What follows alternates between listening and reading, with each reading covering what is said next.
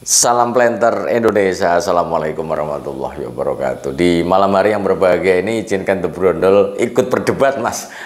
Menjawab pertanyaan dari Mas. Tadi saya berdebat Pak Pendi, saya bilang bibit unggul lebih utama, sedangkan lawan debat utama perawatan lebih utama mana ya Pak Pendi. Jadi memang untuk menghasilkan produktivitas tanaman kelapa sawit, pada prinsipnya, ini sorry panas banget di studio.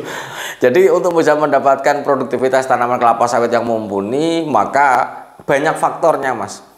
Kalau kita akan menghitung seberapa penting apakah bibit unggul yang utama atau perawatannya yang utama, maka dapat saya jelaskan seperti ini. Bahwa dalam produksi tanaman kelapa sawit itu adalah tergantung, yang pertama adalah bahan tanamnya, kemudian kelas kesesuaian lahannya, dan yang terakhir adalah perawatannya. Karena bahwa ketiganya adalah sebuah kayak apa ya, faktor yang tidak mungkin dipisahkan. Sekali lagi tidak mungkin dipisahkan. Yang satu dengan yang lainnya adalah saling berhubungan. Faktor benih unggul adalah faktor yang sangat penting menurut saya. Karena bahwa ketika kita memilih benih yang unggul, artinya bahwa benih yang mungkin akan menghasilkan produktivitas yang tinggi. Artinya karena kalau kita ngomongin benih unggul, bukan benih yang produktivitasnya tinggi dengan input yang rendah, itu bukan. Tapi produk benih unggul ataupun kecambah unggul adalah kecambah kelapa sawit yang ketika ditanam maka memungkinkan untuk mendapatkan produktivitas yang optimal pastinya. Dengan bibit bersertifikat misalnya yang rata-rata yang hampir 100% adalah tenera, maka produktivitasnya bisa diukur pastinya. Kalau kita berbanding dengan apa ya, tadi ada jawab di bawahnya ini juga ada yang menjawab, oh tanam kentosan saja. Saya bilang, oh tidak. Mau berdebat seperti apapun, kentosan adalah sesuatu yang memiliki genetik sangat random. Genetik apa?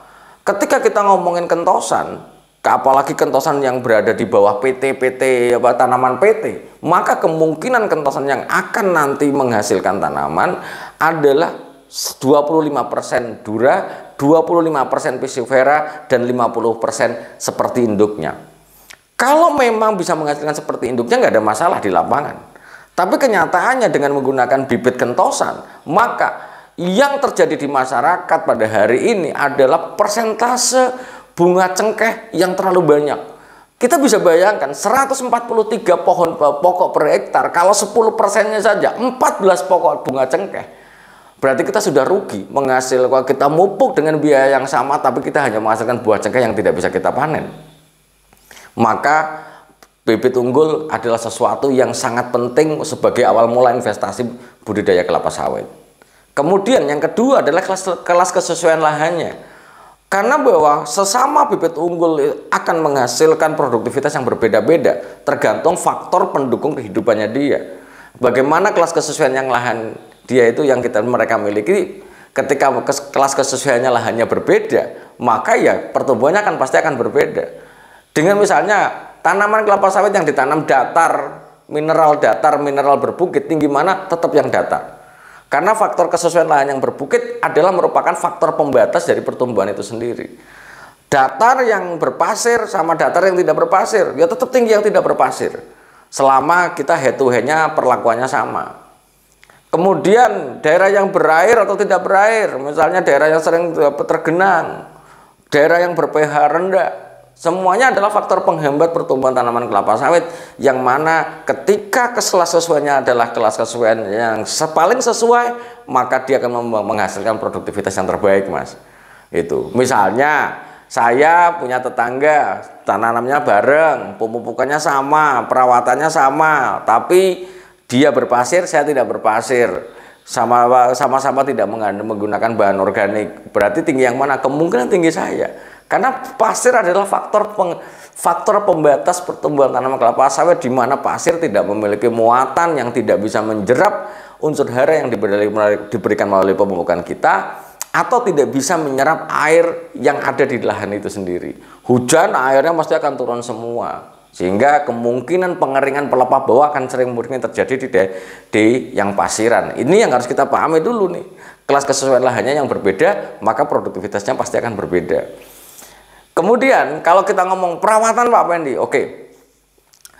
Sebagus apapun bibitnya, seberapapun kuat dari seberapapun sesuai lahannya, tapi kalau perawatannya tidak bagus, perawatan dalam ini adalah konteksnya cukup lebar, mulai dari pengendalian gulmanya, kemudian pemupukannya dan sebagainya, tetap akan berpengaruh terhadap produktivitas tanaman kelapa sawit. Sebagai contoh, ketika bibit unggul ditanam pada kelas S1 atau lahan yang sangat sesuai sekalipun, tapi pemupukannya nggak ada, seperti yang saya sampaikan, benih unggul ataupun bibit unggul adalah bibit yang kemungkinan akan menghasilkan produktivitas yang tinggi setelah faktor kehidupannya terpenuhi, Mas.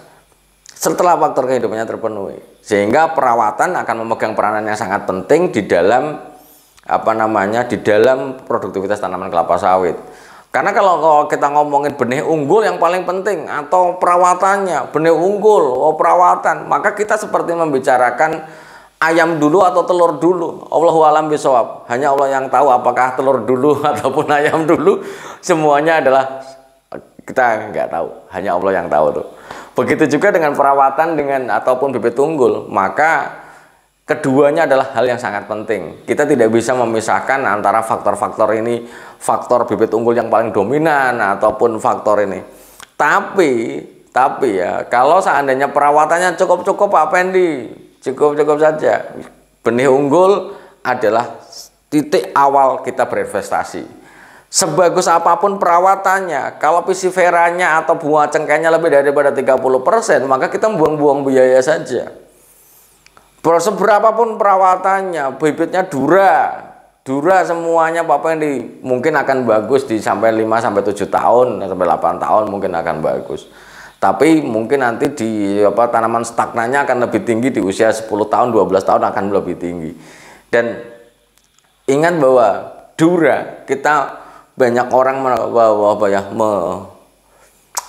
merajakan dura ya, memang hal yang sampai dengan hari ini menjadi primadona di masyarakat, karena masyarakat hanya butuh berat saja, tidak butuh minyak juga. Ini yang mindset yang ada di sini. Tapi ingat bahwa dura secara head to head BCR atau berat janjang rata-rata itu mesti akan kalah, Mas. Kalau dia per satu janjang memang berat, tapi jumlah janjangnya berapa? Jadi BCR-nya mesti akan tinggi, artinya tapi jumlah janjangnya yang kalah. Saya ralat ya, Mas.